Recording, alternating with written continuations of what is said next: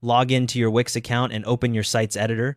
You'll see either the Pages and Menu panel if you're using Wix Studio, or the Add button in the left toolbar if you're on the classic editor. Click Add Apps on the left side of the editor. This opens the app market where you can browse and install different features. In the search bar at the top, type in Wix Blog. You'll see the Wix Blog app appear in the results with its icon and description.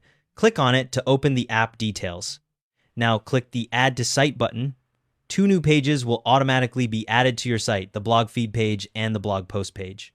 After that, you might see a prompt asking if you want to install a members area. This is optional. It lets visitors create profiles and comment on your posts. You can click through this now or enable it later. Next, check your Pages menu on the left to confirm the blog was added.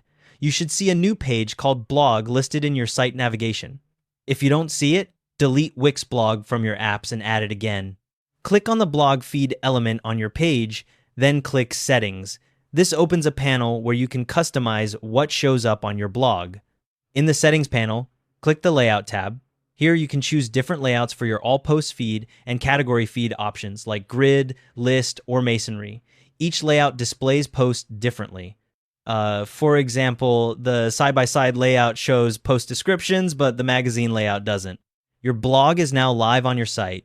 Wix adds sample blog posts by default to show you what the blog looks like. Delete these before you publish your site.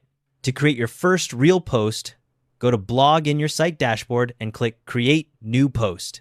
You can return to the Layout tab anytime if you want to change the display style later.